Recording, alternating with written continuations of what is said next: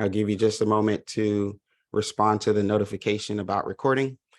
Also, we would like to provide you with this brief disclaimer. The information presented in today's session is intended for educational purposes only, and we should not be considered a substitute for professional advice or clinical guidance.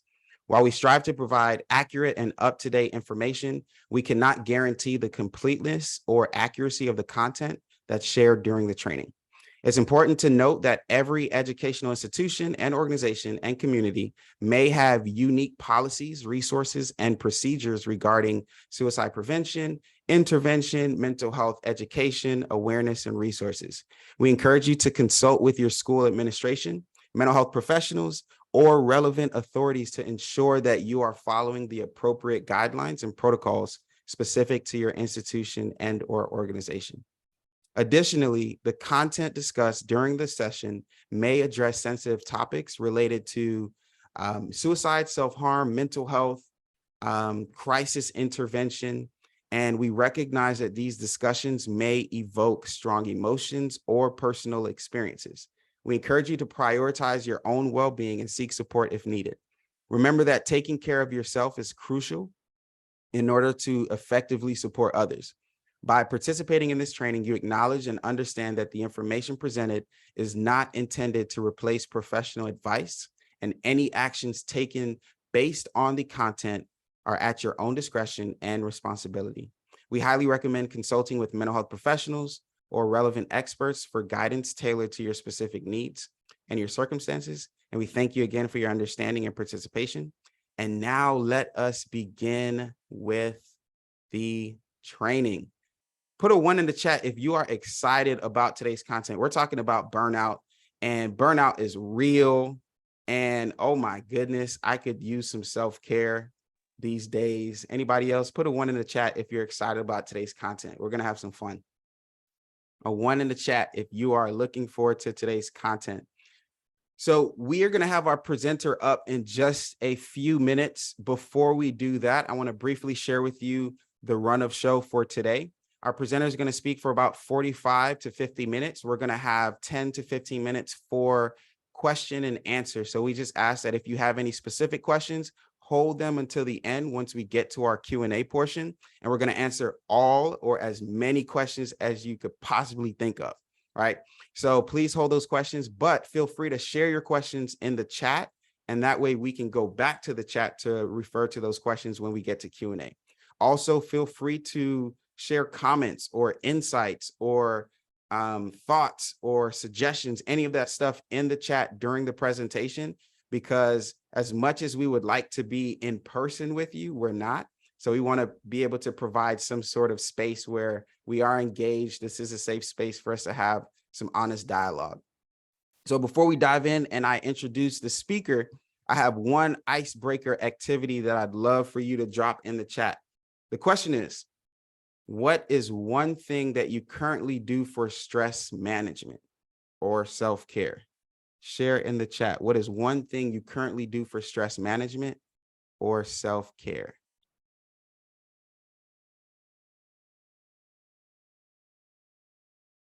Meditate. I love it.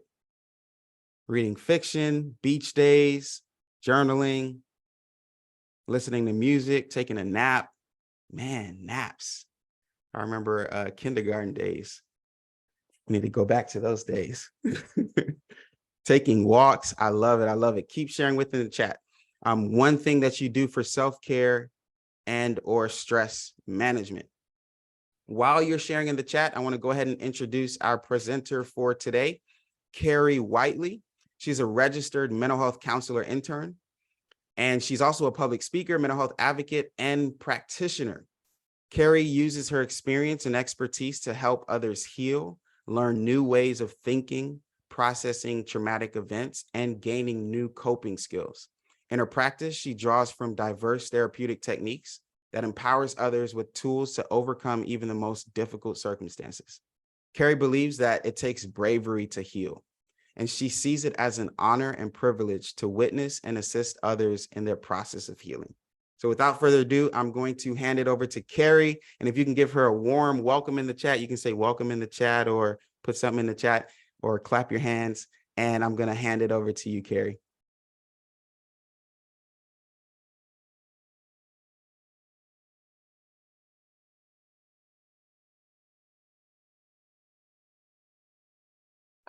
There we go.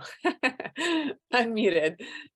Welcome, everybody. I'm so glad that you're all here and attending. It's nice to see some of you. I can see some of you. I loved reading all the things that you do for self-care. Just so many great things. I got some great ideas, and I also do some of those things as well. Meditating, going for walks, all of those things are really, really beneficial. I'm so happy to hear that you're already incorporating some of those. Let me pull up. Let's go to share. So today we're talking about stress management and burnout prevention. I imagine everyone has some idea of what stress is because we all feel it, right? It's something that everyone experiences. Everyone experiences stressors in their day-to-day life. In fact, we need that, right? We need some level of stress because it causes us to do something, right? Whether it's just being hungry, that's some level of stress on the body that prompts us to do something. So everyone experiences stress. However, stress can also take over in a lot of ways and turn into other things that we would prefer it not. Depression, anxiety, things like that. So today we're going to talk about what is stress so that we can recognize what stress is, what stress isn't, how to manage stress and stressors, and how to prevent burnout so stress doesn't make it so that we don't enjoy our jobs or our families or our lives because we just feel overwhelmed. So just a little bit about me. Before becoming a mental health counselor or a therapist, I was a yoga instructor, owned a yoga studio, and I found through the yoga practices and body awareness and breath awareness that pairing that awareness with our thought processes was very healing for me. And I find that to be a very healing practice with my clients, to incorporate somatic psychology with our thoughts and our emotions, and just really recognizing how our nervous systems affect our ways of thinking and how we perceive stress. So I struggled with anxiety for many years. I didn't really know what it was when I was younger. Didn't really recognize how my body was taking in stress, and didn't really know what to do with it. So it might show up for me as shortness of breath or difficulty focusing or concentrating. And then in 2014, I had one of the bigger stressors of my life, which was a flood, and lost our home in the flood. So one thing that I learned from my experience with body awareness and yoga and breathing and all of that was that this was something that was outside of my control. And while it was one of the biggest stressors I've ever experienced in my life, what I learned through that experience was how to accept what was outside of my control. And like I put on here, I learned how to breathe through and stay present. And so I want to talk about a little bit more about those types of skills today as well. So what is stress, right? Stress is a feeling, or can be a feeling, of being tense or overwhelmed or worn out or exhausted. Again, we all experience some level of stress, and we might have moments of stress, right? So a small amount of stress can be motivating. It can prompt action, but too much stress, even small, can be daunting or overwhelming to the system. Headaches, stomach aches, sweaty palms, tense shoulders, gritting of teeth, things like that. So acute stress is something that is just a short term, it's an experience of a stressor. And once you address the stressor, the feeling goes away, right? You're back kind of to base level.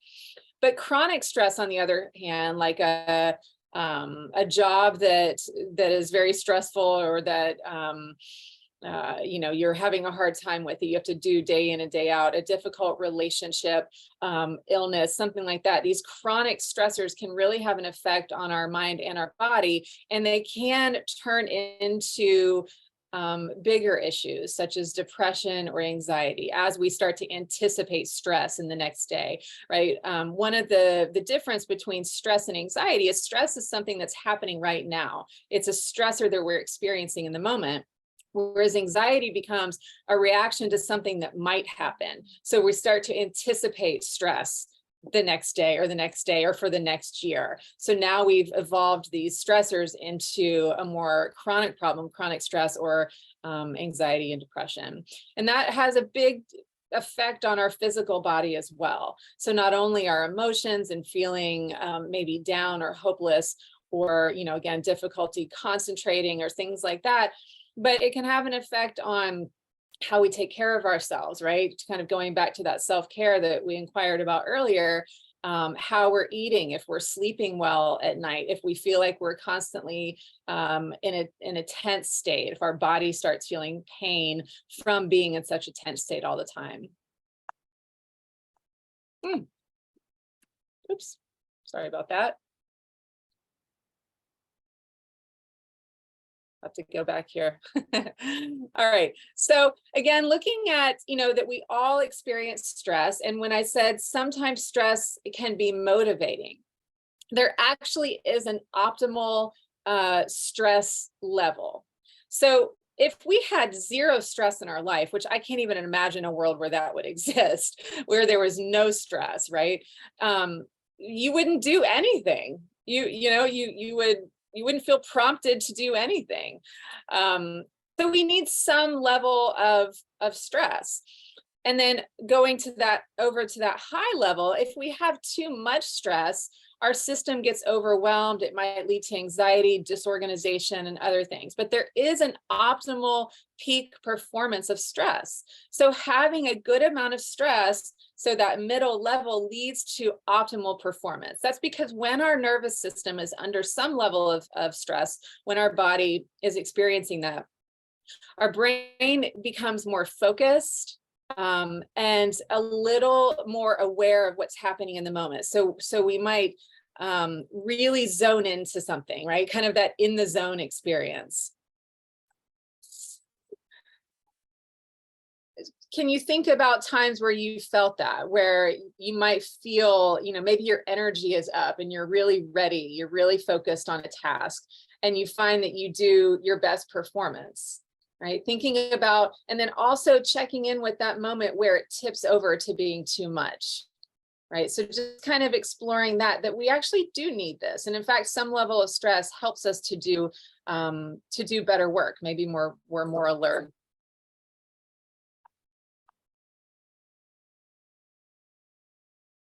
So looking at how our nervous system responds to stress, we're looking at the parasympathetic and the sympathetic activation of our nervous system, right? Parasympathetic is our rest and digest function, and sympathetic is our fight or flight. So some symptoms of stress are going to activate our sympathetic nervous system. Again, this can be really beneficial. It makes us more alert, more focused, more aware. And then too much might be leading to more like tension, headaches, irritability, exhaustion, fatigue, stomach upset. Again, we talked about that connection between stress and anxiety is when we start to anticipate this. So really being more present to recognize what the particular stressor is in the moment. There's lots of different stressors, right? Environmental. I just got back from a trip to DC, which is amazing. I absolutely love Washington, DC. However, it's much different when you're in a big city. There's more noise, there's more pollution, there's more people, there's more traffic. All of those are environmental stressors. And noticing how those affect you. Everyone has a different temperament for those types of things. So really understanding your own temperament, your own sensitivity to sensory input is also really important. Do you like the lights dim or do you like them bright? Like really just recognizing those types of small things that are environmental that maybe you can control, maybe some of them you can, but recognizing environmental triggers, biological stressors, illness, disability, an injury, something like that. Behavioral, lack of sleep, lack of exercise, poor nutrition, how that creates some stress on the body. Thinking, any type of mental challenge. So what are you telling yourself? What are the stories? What are the repetitive thoughts that you're having? A life change, marriage, divorce, moving, death in the family, or illness, anything like that. So checking in with all the different ways that stress shows up in our lives. So now that we know what stress is, how it may show up in various ways, also that it also can be beneficial. So recognizing how stress shows up and how it affects us, if it tips us over or if it's not enough, not too much, what's that perfect point of stress? How do we manage it when it feels like maybe it's starting to stack up? Mindfulness is always going to be something that we hear. We hear a lot more about this term mindfulness than probably in years past. But it's present moment awareness of our thoughts, our emotions, and our felt sense. I use the word felt sense a lot to describe our nervous system response. So how our body is responding when we're experiencing stress or when a stressor is coming into our environment. It's simply being aware of what's happening right now without wishing it to be different. And that's a hard thing, right? There's lots of stressors that it's difficult not to want it to be different, but paying attention, turning our gaze inward when it's something outside of our control, to just check in with, how am I experiencing this stressor? How is my body experiencing the stressor? Is my heart rate up? How is my breathing? Is my breathing responding to the stressor? What am I telling myself? How is this stressor affecting my emotions? Am I feeling angry? Am I feeling sad? What's going on? So really turning the gaze in to experience it, right? We have a tendency, it's a natural tendency to run away from something that's unpleasant and to run towards something that is pleasant. And yet there's going to be a mix of all of these throughout our lives. So what would be most real, right? Most living in reality is paying attention to what is actually happening. This may not be pleasant. How am I experiencing it? And what's the story I'm telling myself about it, right? I need to get out of this. Or it could be anything, right? It could be any story. So when we start practicing mindfulness, right, when we turn that gaze inward and rather than trying to run away or move closer to, what is it that we can tolerate? And how do we start to know when we shift out of our ability to tolerate a stressor? Right. This is often when we've noticed that we're feeling fatigued, or we're just really not taking care of ourselves anymore, or we're struggling with our relationships because our stress is getting to be too much. We've tipped over into that point where it's too much. We're no longer in the optimal zone. We're also looking at that window of tolerance. The window of tolerance is where we're grounded, we're flexible, we're open and curious, we're able to self-regulate. We're able to tolerate life, right? That's the window of tolerance, is where a stressor can come into our lives and it's okay, I've got this, I can handle it. Let me take a deep breath, right? We're doing the things we need to do to tolerate our lives, to tolerate the stressors we're experiencing. Sometimes we come up a little too high, right? So you can see that yellow line, right? Our life throughout the day is going to be kind of just an up and down. Maybe there's highs and lows. And there may come times where it's such a big stressor, right? Maybe there's traffic, maybe there's a fender bender, and it really pushes you up outside of your window of tolerance into that fight or flight response. And so recognizing when you go outside of your window of tolerance is really, really important, so that you can note it and then do what you need to do to get back into your window of tolerance, to get back into a place of regulation. Other times, there might be something that tips us down into that hypoarousal, into depression, or to a freeze or shame or numbing, right? That could be anything. I mean, any of these things. The same car accident that could have had us go into that fight or flight may also put us into a freeze place. So really, it's turning the gaze inward again. I'll say that over and over, to go, what is it for me? What are the things that I feel I can handle, right? Going to my work, handling, my boss and all the tasks I have at hand. And what are the things that really start to push me out in one zone or the other? And how can I start to recognize that? Because recognizing those triggers is going to be one of the most important things, so that we can get to know our own system. Okay, if I know that this thing is often going to trigger me, how can I bring in some other practices to keep myself regulated? And we'll kind of talk more about that too as we go. Now, this is one way that we can begin to manage our stress, is our awareness of our window of tolerance. Another one, well, actually, before we go there, before we jump into that, as you're hearing this, I'd love to hear in the chat, or if in fact, if you want to raise your hand and we can, you can unmute and just start some discussion, just naming a couple of the stressors that you're thinking about right now that are coming up that tip you outside of your window of tolerance. Have you noticed that? Have you noticed the things, or what things help you kind of get yourself regulated back into the window? I see Carlos has his hand up. Carlos, feel free to come off mute.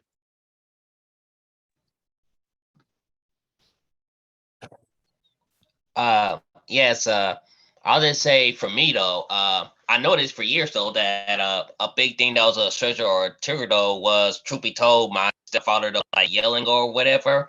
I'm not better him, but I grew up with a stepfather though that would yell a lot, very impatient. And when I was younger though, I thought it wouldn't affect me, but I noticed that it did though once I got older and I was standing on someone I care about. And when he yells though, even if it's not directed towards me though, I'll be honest, I get real like angry and stuff, and I had to learn to change my reaction and go for a walk or something like that. And I even went to see my doctor, and she taught me that it may be connected to a form of post-traumatic stress disorder post-traumatic stress disorder. And even for the last couple of days though, I've been thinking about it, and I'm trying to do some research on how can I manage it though, because I really do want to be less stressed out though, because I noticed that I'm a lot more tense and agitated though when stressed, especially though by anything that triggers me, such as yelling or stuff like that. Yeah, absolutely. Thank you for sharing that, Carlos. I think that's such a great insight and really highlights some of the points we're making here, is that when we recognize, right, when we practice mindfulness and we start to go, you know what, whenever someone yells, I just fall outside of my window of tolerance, right? And Carlos has such great insight into himself that he goes, I know exactly what that's connected to, right? So we can notice that and go, oh, right, maybe you're like Carlos and you also have an experience that you're like, yes, I know that this is a trigger for me. It takes me out and I know exactly what it's connected to. Sometimes we don't have that awareness, right? Sometimes we notice that we're getting triggered with various things. And we're like, why is this so upsetting to me? And so we want to step back and really start to just recognize, well, what is it doing to my body? Again, what is the story? And when have I experienced that story before? Right? So that we can go, okay, look, I know that this is about something that happened in years prior. It's not happening right now. What is happening right now? Well, my boss is, getting a little bit loud outside talking to another coworker. That's what's happening. Let's just use that as our example as far as it goes with somebody like yelling. And so we can draw in, come back to our breath. Okay, that's not happening. Again, those mindfulness practices, what is happening right now? It's a really great example. Thank you, Carlos, for sharing that. Anyone else with something that's coming to mind that you would like to share? Of course, no obligation. I just saw someone share in the chat. Jada, I don't know if you want to say it out loud, but I can read it for you. Okay, so I'll read it. I'll come off mute. Okay, sure. Yeah, a major stressor for me is always work, but something in particular was during COVID, and I was working in a hospital and a medical school. There were unrealistic demands at work, and so I had to really work on creating intentional boundaries, even with superiors. It can be scary to do that. It can be intimidating, but I know that it was necessary for me to be well. Yes, yes. Another just really great point there of those boundaries of we can recognize, okay, here's what pulls me outside of that window is when I start getting all these demands, right? There may be a certain level of demands within your job that you're like, no, I can handle this. This is totally fine. This is within my ability to moderate these things. Sometimes it's a lot, but you know what, I'm okay. But then there's that point where it's like, this is too much. These demands are too high. This is crossing a boundary. I have to say enough, right? I have to set that boundary and say, I can't do this, right? That's such a big act of self-care, such a big act of self-care to say, this is what I'm able to do. And here's what I'm not. Maybe it's not even able. Maybe it's here's what I'm willing. Here's what I'm willing and able to do. And then stepping back from the rest. I love that. Thank you for that example. It's a really great way that you handled that as well. I see Centauria with her hand up. Feel free to come on. Hi, everyone. How are you? Hey. Hi. I just want to say one way for me with stressors, and I've learned I used to react to whatever that situation was. And I had to step back, and now I'll tell myself, I'm not going to match your energy or your attitude, because I know I have to stay within my boundaries. Because if I don't, I realize if someone else yells, then it's going to make me yell, then our tone gets different, or I let them take me to a level that's not professional, or it gets me out of my comfort zone, or they could come back, or I'm still bothered about it hours later. So that messes up, my day. So I've learned to just sit back sometimes, just say, I'm not going there with you. I'm staying in my lane. And once you come down, then we'll have that conversation. Yeah, beautiful, beautiful. We talk about this. We talk a lot about co-regulation, right? When we're working with whether it's friends or children or partners, that we co-regulate, right? If I'm feeling really relaxed and someone that you're with is not, you can co-regulate. But there's also co-dysregulation, right? We walk into a room and somebody's just yelling and wild, and we can get taken out of our window of tolerance and get dysregulated with them. And so kind of going back to those same boundaries of what I'm able to do or I'm willing to do, this is also like an energetic boundary of, okay, hold on, let me step back and get back into my own system and kind of reflect on what's going on within me. Something that we'll kind of touch on again when as we go throughout this presentation, but something that I always like to share with clients and practice myself is what we call the 3 R's, right? It's retreat, rethink, and respond, right? Retreat is, I would say, the most important thing, right? We have to step back, step out of, and check in with ourselves. What's going on with me? How's my heart rate? How's my breathing? Am I clenching my jaw? What's going on with my body? Kind of taking a few deep breaths, doing a body scan. What just happened, right? The stressor came into my world, came into my bubble, and I started to go outside of my window of tolerance. Let me step back. Let me rethink this. Let me reflect on what I'm telling myself, right? Kind of going back to what Carlos said. Does this remind me of something? And is that thing happening now? Or is it not happening now? Am I just remembering it? And then respond, right? I've stepped back. I've thought about what's going on. I've gotten my system regulated. Now I can go out and do something maybe different, right? Maybe I can express a certain thing that needs to be expressed. I can communicate to this person. I can set a boundary. I can do something. That's going to be within the context and also taking care of myself, right? Because boundaries, this is one of a quote that I just really loved. Boundaries are the ability to love you and myself at the same time, right? That's really, really important. How do I take care of myself and this situation at the same time, right?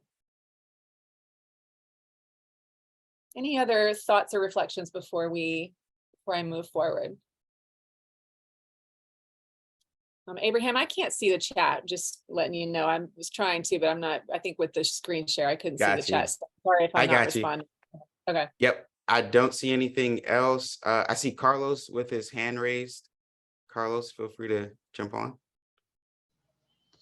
Oh, thank you though. I just want to share real quick though that when it comes to that trigger, I'm not gonna lie, it became one of the biggest wake up calls in in my life though, because when I noticed that I yelled at a woman though that I fell in love with, but it wasn't meant to be. It made me to realize that my stepfather's anger though rubbed off on me, and I almost cried.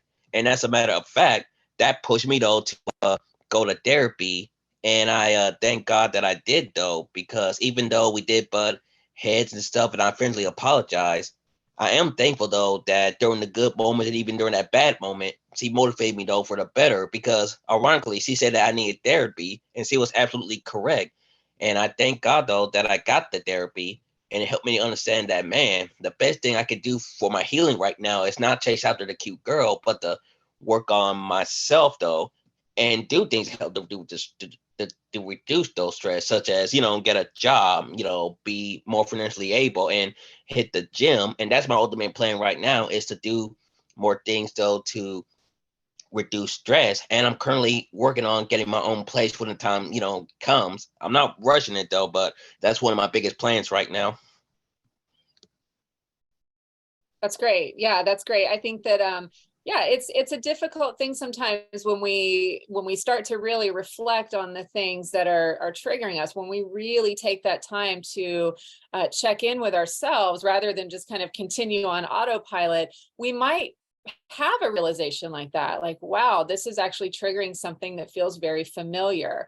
And maybe that's again where we decide to seek therapy to process some of that a little bit more. While we're talking about stress and stress management, and it really allows us to learn a lot about ourselves, how our bodies handle stress, but also what some of those triggers are connected to. Can be difficult, right? We might have an awareness of like, ooh, I didn't ever consider that before. Or maybe this just brought something into my awareness that I hadn't thought about in a long time. And that can also be very healing, can be very challenging at times, can also be just very enlightening as we get to learn more about ourselves and how we're responding in the world. Another really great tool that I'd like to share is something that was created by Dwight Eisenhower. I'm sure some of you have heard this quote before. It's one of my favorites. What is important is seldom urgent, and what is urgent is seldom important, right?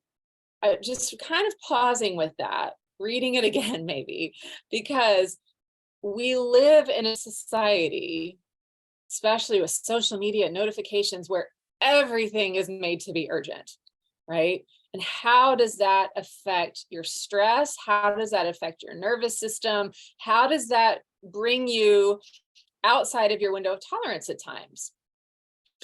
So one thing that Dwight Eisenhower created kind of as he was, with this important versus urgent, is what is called the Prioritization Matrix. This is fairly simple when we just kind of take a glance at it, but when we really reflect, when we really go in and sort of fill in these boxes, and this is something I've done with clients as well, it can tell us a lot about how we operate in our day, what the story is that we're telling ourselves about ourselves, about our work. So you can see it's this matrix where we have importance on one level and urgency on another. And the things that are important and urgent are things that have to be done right now. Right now, right this moment, has to be done. So think about that just for a second.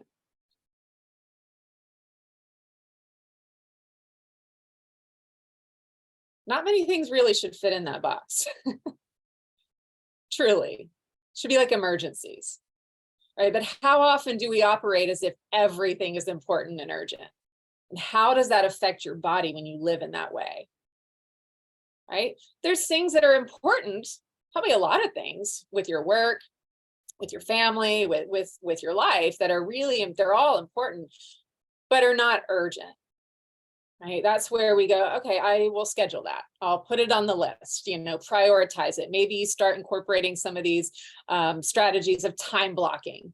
like truly time blocking you could time block everything in your life if you wanted to, and give it lots of space and room so that you have just some more flexibility, right? When we're in that urgent, important, stress is high, as it should be, really, that is a true sympathetic nervous system place, is that we have to do something now. There's not a lot of flexibility there, right? So if we can get into that important but not urgent, there's just more flexibility, there's more possibility. Nervous system can be in a more regulated place, so we schedule it. Right? There's things that maybe are not that important, but urgent. Honestly, that's a hard one. That it's like, I'd be curious to see what comes to mind for some of you. Not important, but it's urgent. Delegate it. Can you ask for help? And then how many things fall into the it's not important and it's not urgent? I mean, I can come up with a handful of things that I could easily eliminate that take up time, that are not important and not urgent, like just throwing it out there, like an Instagram notification, right? Maybe sometimes they are important, right? But sometimes they're not. And what, can you just get rid of those things? Are there things in your life that maybe are included in the important and urgent that really should go in the eliminate pile? So I would just encourage you to take a look at this for a moment. Just take a moment and reflect on which box holds the most things in your life. If anyone would like to, just pop on and share something, you're welcome to. We will be doing a Q&A at the end, but just something's popping up that you just feel like you'd like to share, of course, I would like to invite that.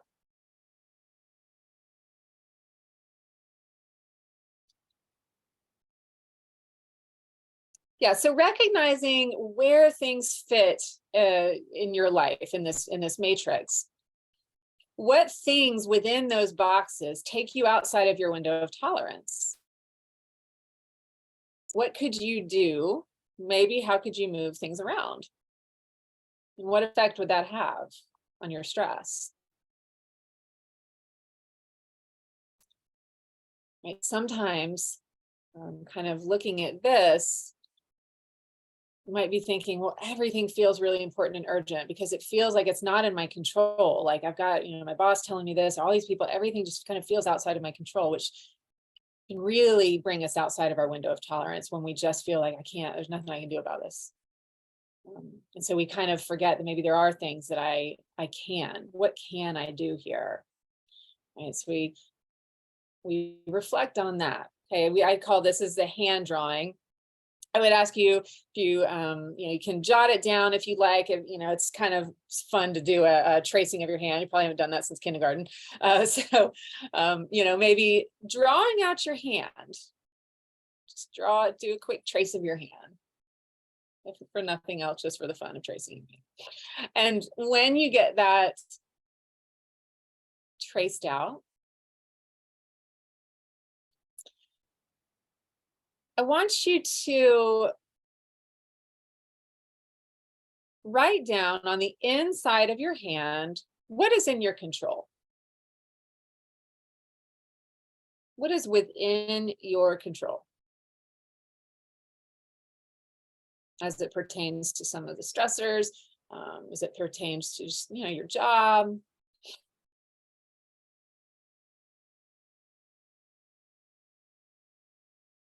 Jotting down things that come to mind. It's in your control.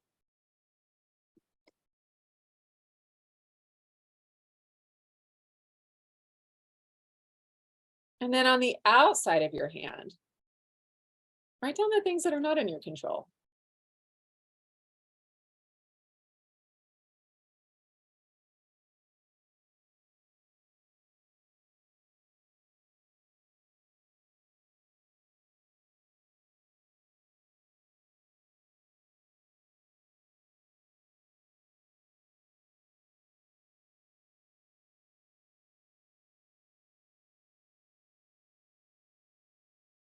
What are some of the things that are coming up?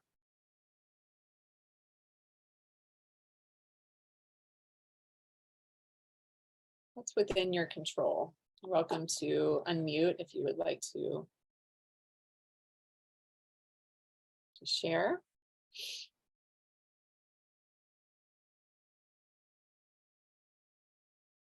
I could share while others are doing the exercise. So for me, I put inside of my control, I thought of three things. So my decisions, how I respond to situations, and then how many hours I work or devote to tasks that I'm responsible for or choose to do. Mm-hmm. Mm-hmm. Yeah.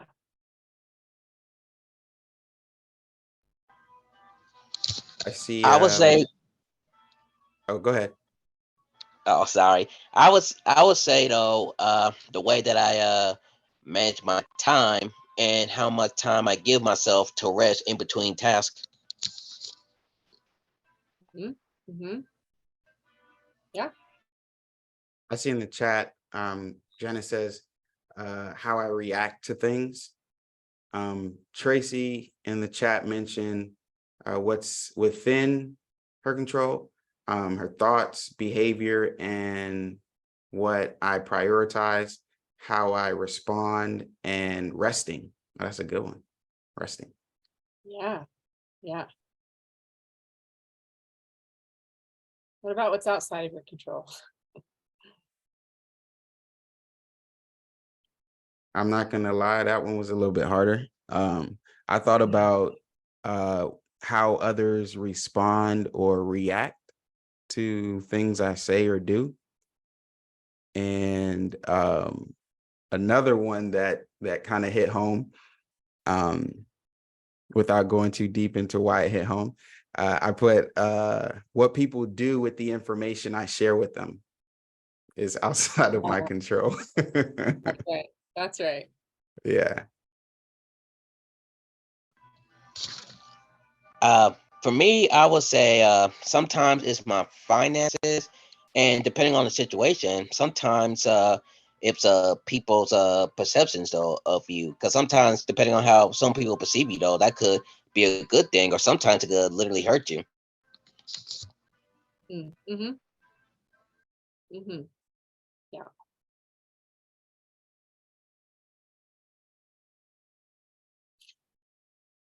Anyone else? Anything else is coming up? Yeah, so I hear so many great answers. Really, what I hear, if I were to summarize it, I hear what's in the hand is I, and what's outside the hand is everything else. Right? What's in the hand is I can control my own thoughts, my own feelings, and my own behaviors. And everything else is on the outside of the hand, right? I can't control what other people think about me. I can't control how other people speak to me. However, what I can control is if I tolerate it, right? I can control my own boundaries. I can walk away. I can choose to communicate something that needs to be communicated. I can very clearly state my boundaries, express my needs, and express my emotions. And hope for a level of compromise and connection in that space. But I cannot control the other person. I can't control the traffic. I can't control the weather. I mean, just everything else. We could spend all of our time in the what's outside of my control. And so that kind of asks the question, can I let go of that? Can I release my grip of trying to control the things that I can't? Right? Like going back to the flood, remember we were taking paddle boards out of the house to get our things to a truck down the street. And while it was the biggest stressor of my life, it was also the most profound turning point where it was like a true surrender, letting the hands open up. Okay, I can't control this. I definitely couldn't control the rain. Right. And how often do we get so bogged down with the traffic, or it's raining and I didn't want it to be raining? And if it's, I know that was last week, a lot of rain happening. It's like, there's nothing I can do about that, right? Are those things taking you outside of your window of tolerance? And so just noticing that. Are there things that are, kind of looking at that matrix? Are there things that you can release your grip on, right? Can they go into a different box? Can you delegate, right? Can you share some of that? Can you let go? Centauria, I see your hand. Oh, I was just when you said about traffic, I just thought of a funny story. I know we used to live in DC, and of course, I don't know if a lot of you may know, although here in Florida, Pensacola, it was road rage. Road rage was out of the box. So one day, my son and I, we was traveling, and we was going to somewhere, and I was just going off, and he was like, "Mom, do you think they could hear you over there?" And I was like, no. He said, they probably are not even thinking about what you say. And when I said back, I was like, why is my temper going up so high? And I'm saying all these words. And guess what? Nobody hears them but me and my son. That's And it's right. not effective. So I'm not getting to. So when you said road rage, it was a funny story to me. And I thought about it. I was like, so now I'd be like, they're not going to hear me. Even though I make a use nonverbal communication, but that's not nice. So, but I've learned not to take myself there when it's road rage because we don't know what they're thinking or what their mind is at. So I have to step back. I learned to step back from those situations like that. But that was what I was thinking. Yeah, so true. Because the only people we hurt in those situations are ourselves, right? Because now Right. our heart rate's up and we're getting snippy, and it's just, yeah, absolutely. Great example too. Mhm.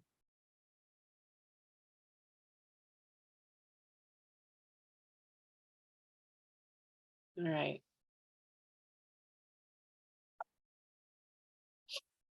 All right. So how do we prevent burnout? Right, where we're just, especially for caretakers, this is also kind of compassion fatigue, where, our cup has just been poured out too much and we just have nothing left to give, right? It's just total burnout. Basic needs. Basic needs are often the first things to go when our stress is going past optimal point, when we're going outside of our window of tolerance. We might go toward like, a dozen donuts or a bag of Doritos, right? Eating too much or too little, or, some people just kind of disconnect from their bodies altogether and don't even just don't eat at all, right? So eating too much or too little, not sleeping enough, sleeping too much, right? Staring at the ceiling because you got too many things on your mind, you're feeling overwhelmed, you haven't set those boundaries, there's too many demands put on you, or maybe just going down into that hypoarousal, that dropping down into the freeze is just like, I give up, just going and just sleeping all the time, right? So just recognizing that when nutrition starts going, when there's not enough, proper restful sleep, maybe you're not drinking enough water, staying hydrated, all these really basic needs, for some reason, we just toss them out the window. It's like all of a sudden we are not taking care of ourselves. Like, oh yeah, I haven't gone for a walk in weeks, or holding your breath or shallow breathing. So listening to our body to cover just our basic needs, right? There's people often will say, because I saw meditation was in the chat for self-care. I also meditate daily in the morning, and people often say, well, I don't have time to meditate. Like I'm just too stressed. I've got too much going on.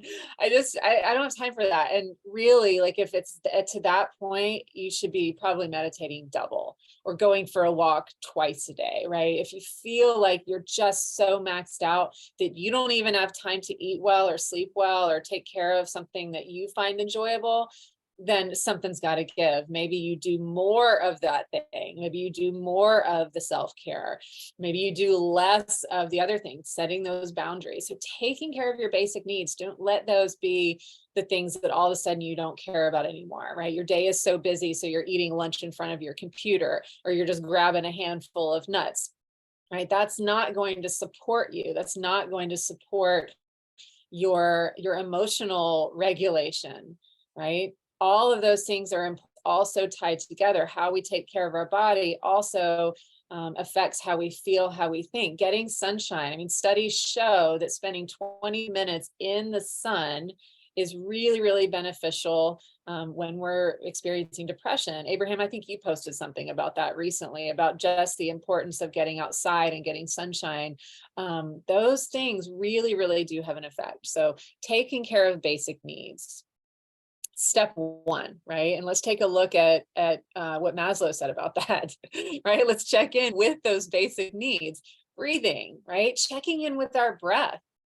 I think that's something that's really important and valuable to maybe do on the hour, just like, how am I breathing? Maybe, I tell others and practice myself, pause in between transitions, right? So if I'm going from home to work, maybe I do a couple deep breaths in that transition. If I'm going from, one task to another at work, maybe I pause and just take 3 deep breaths as I transition from one thing to the next.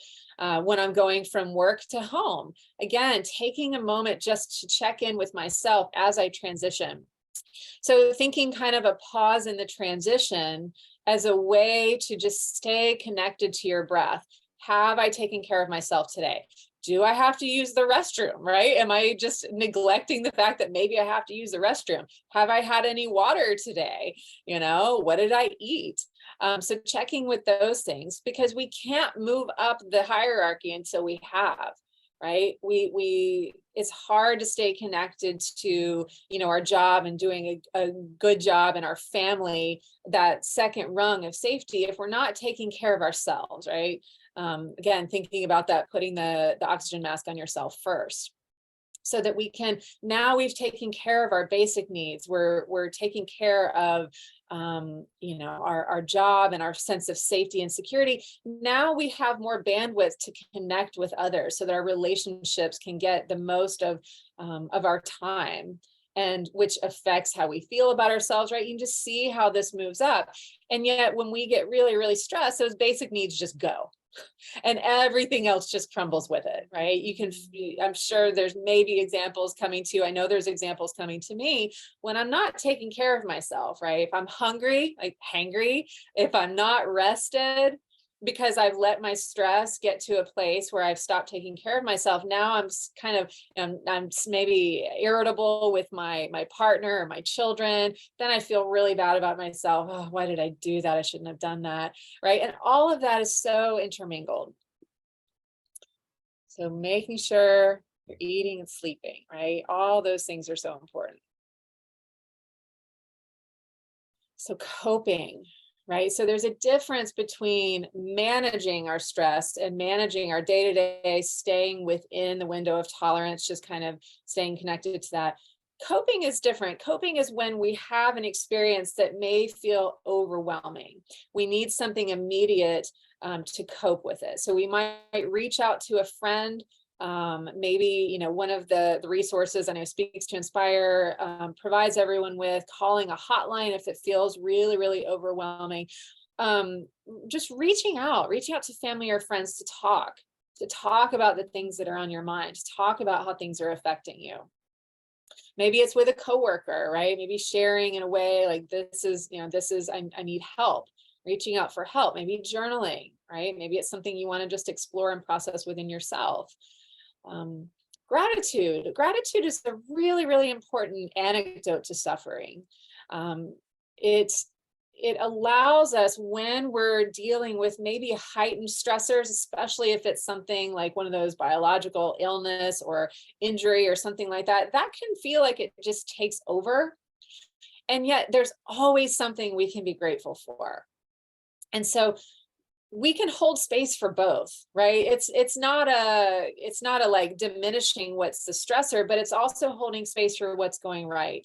Like, wow, the traffic was bad. I lost my temper with my son in the car, and my boss is doing this or that. But you know what? I also had a really great lunch with a friend today, or I got that really sweet text from somebody. Just what are you grateful for? What's going right? Right. So important. What is going right in this moment as well? right? Time management, looking at that prioritization matrix, go, what can be delegated? What am I treating as important and urgent all the time? What do I need to start kind of putting off into a different priority? Like, okay, I'll do these things tomorrow and I'll do these things the next day. Really starting to manage and block out time to take care of things rather than having it all needing to be done at once. We brought up this in the discussion today, saying no, or maybe saying yes, right? Just checking in with where your boundaries are. Do you always say no, right? Maybe kind of opening up more opportunities and saying yes to things. Maybe pushing those boundaries out. Maybe they're too rigid and too close. Maybe they're not. Maybe you say yes to everything and you need to back up and say, no, that's enough. That's all I can do. I've got to take care of myself. Setting goals, again, taking care of yourself in whatever way that might mean. Maybe today that means sitting down and taking a lunch and really taking time to enjoy your lunch, nourish your body with your lunch, and make time for fun. So important. So important to just take time to do things that you enjoy. Getting out, just really taking that time to refill your cup.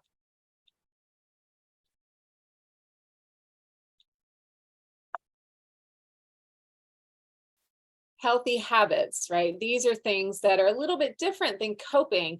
These are ways that we manage, and maybe we just keep our stress to a minimum or within a window of tolerance, right? Limiting screen time, it's just part of our world these days. And sometimes it feels like we have to be on, or we have to respond, or we have to keep up. And maybe having more of a boundary around that. Right? You can even do this when we're thinking about that prioritization matrix. I'm going to give myself an hour to, or maybe less, or maybe more, whatever you feel is appropriate for you. It's very individual, that I will give myself time to do that because I enjoy it, or I connect with people, or I get to, see what my family's, photos are, whatever. And there's lots of benefits to it. So we're not making this the villain, but really just time managing that. And keeping yourself to that boundary. All right. So again, those time management tips, nutrition, all these basic needs we talked about, getting exercise, getting adequate rest, taking time for fun, recreation, just doing something without anything to be produced from it. Humor, right? Humor, I think, is probably one of the best stress relievers. Various relaxation techniques. So as we were talking earlier about pausing and breathing in transition, right? Having that transition as your kind of cue is important, because I think we transition a lot in our day and we just move. And then at the end of the day, we're exhausted. We hit the bed like, whoa, that day just took me over. What if we just pause so that we can stay connected in each moment, in each task that we're doing? So deep breathing is one. That body scanning of just as you're breathing, maybe it doesn't have to be a really long guided meditation. It certainly can be. I highly recommend that as well, but it can also be, imagining kind of a laser. I'm just going to quickly scan from my crown of my head all the way down to the feet. What's going on right now? Right. So that's a really great tool for relaxation. Maybe it's meditation, maybe it's getting outside, sitting in the sun. Just taking a moment for yourself. And of course, that gratitude practice. What's going right now? What am I really thankful for in this moment?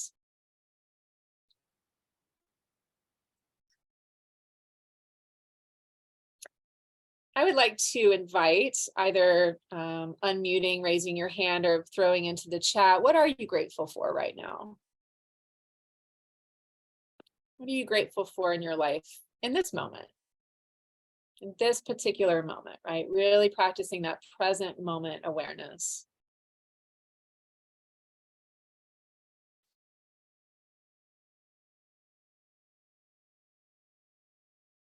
Yeah, Carlos. I'm thankful though for Speak to Inspire, because sessions like that are very therapeutic. Awesome.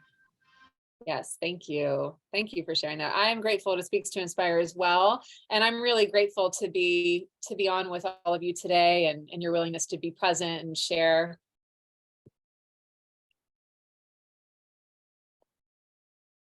What else? What's everyone grateful for in this moment? So I know you said this moment and presence, but my older sister had her second baby yesterday. So I'm an uncle times two. Well, that's still uh, present. Your uncle right now. yeah. So that's one thing I'm grateful for. Oh, congratulations. That's exciting.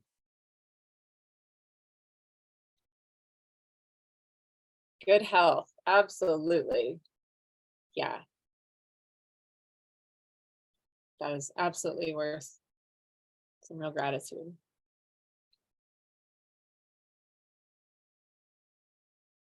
What else? What else out there are you grateful for? I know there's been times where maybe I was feeling overwhelmed with stress and I was trying to incorporate a gratitude practice. And I remember one morning I was like, oh, I was having a hard time. Like, what am I grateful for right now? And it was in the morning and I realized, I was like, wow, I'm really grateful for my breath. And once I started thinking, I was like, oh, I'm actually really grateful for this cup of coffee. Oh, and I'm really grateful. It's really pretty outside. All of a sudden, it just started going, right? What started off as like, I don't know. I don't even know if I'm grateful for anything. All of a sudden, kind of unravel. That's the beauty of that practice.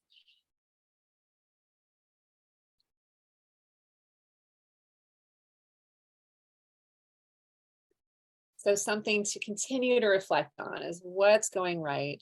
And then kind of our final thing here, and breathe, right? The breath truly cannot be underestimated. And it's one of those things that it's like, it feels maybe trite until we actually do it or till we recognize we're not. Again, I think back to, years ago when I started recognizing my anxiety and it would show up as shortness of breath, the difficulty being able to get a deep breath. And when I recognize that now, if I feel various stressors coming into my life and I feel my breath responding to it, I just take a deep breath and it makes a profound difference. And the beauty of it is that it's with us all the time, right? And we can check in constantly. We can really get a read on where we are within that window of tolerance based on our breathing right now. So just for a moment, just notice what your breathing is right this moment. Like, is it short and shallow? Is your breath nice and deep? Are you very intentionally breathing? Are you aware of it at all? Because you are breathing. Everyone here, I'm certain, is breathing, but are you aware of it? And then let's just do this together, because I can't ensure you're going to do it right now, but I definitely can ensure once we leave. And so I'd like to have you all experience what something so simple feels like. So we're going to do that 3 deep breaths as we maybe transition into another part of this presentation. Right? You can close down your eyes if you like. Sometimes that helps just to remove visual stimulation, so that you can go within a little bit more. For others, you'd rather have your eyes open, so that's okay. So you choose. Take a deep breath in through your nose. Take another sip of air. And a deep breath out through your nose, nice and slow. Imagining that it's just waves from the Gulf or from wherever you live coming into the shore and going back out. So breathing in, nice and fluid. Breathing out. Stays connected. There's no end, there's no beginning. Continuing, breathe in fully, deep breath, fill up the belly and the chest. And nice, slow, deep breath out, feeling the belly and the chest draw back in. And then take a moment just breathing normally and just scan your body all the way from the crown of the head down to the feet and just notice what you notice. Did anything shift? Did you notice anything after breathing?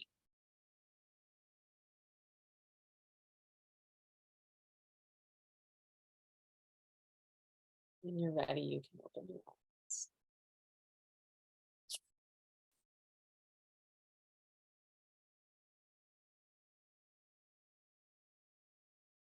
So noticing what the stressors are in our environment, how they're affecting our nervous system, what triggers, what stressors pull us out of our window of tolerance, what things help us to stay within that window. How are we prioritizing ourselves and our tasks in our lives? How are those things affecting our stress, for better or for worse? What are the things that we can recognize are outside of our control and let them go? What can we do in the moment when stressors are high? And what can we do every single day to take care of ourselves? Right.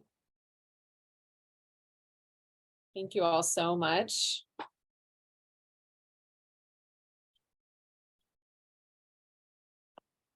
Oops.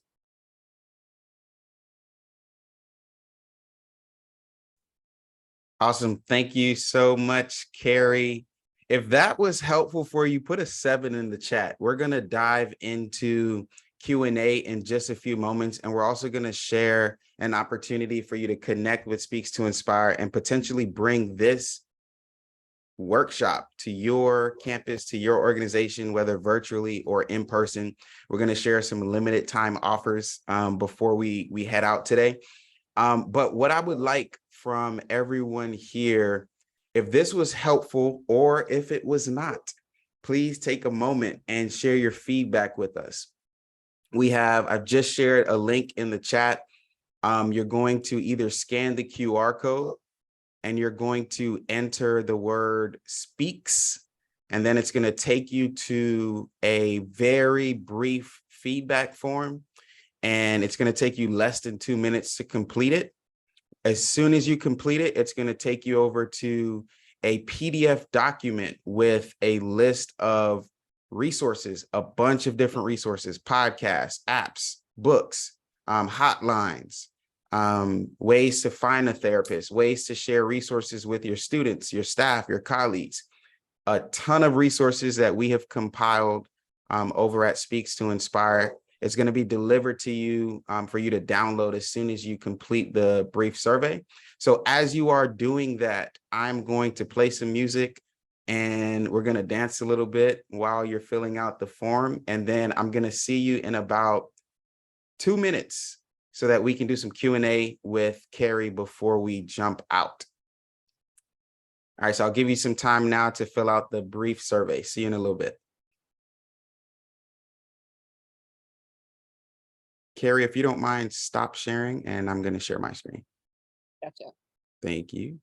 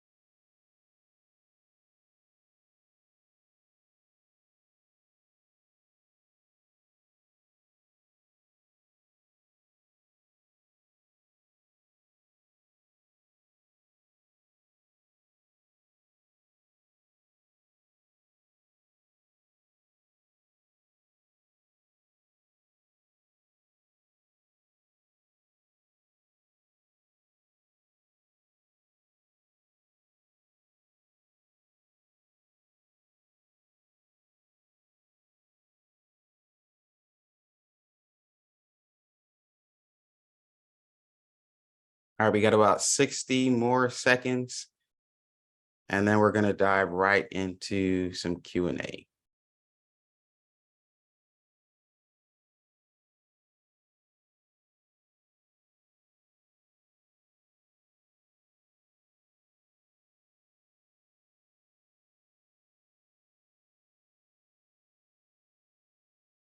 Music doesn't want to play for some reason, so we'll dance to the music in our heads.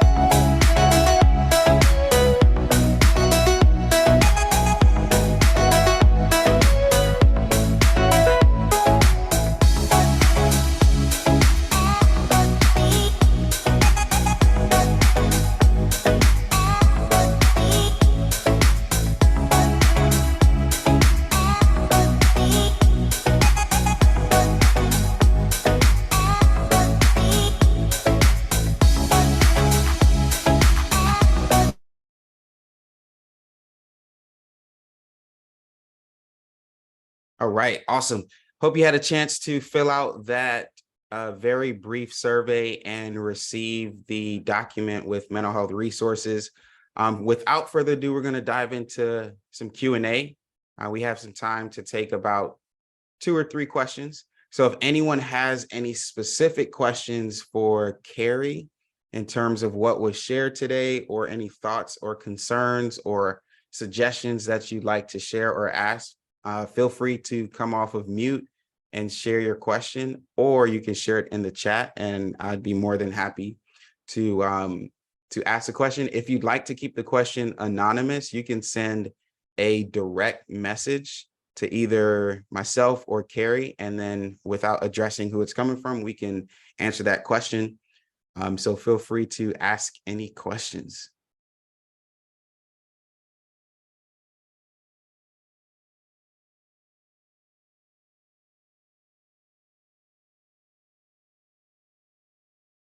Okay, so I had a question come in. So I'm assuming it's from an educator working with students.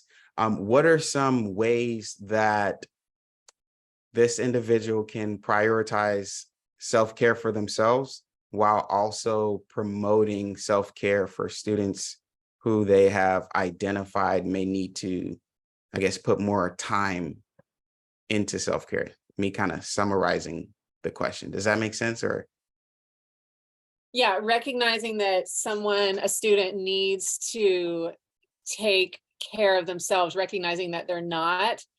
And so what I hear is curious how to support that individual, maybe taking care of themselves and also taking care of yourself. Does that summarize the question a little bit? I think so, that works. Okay. Yeah,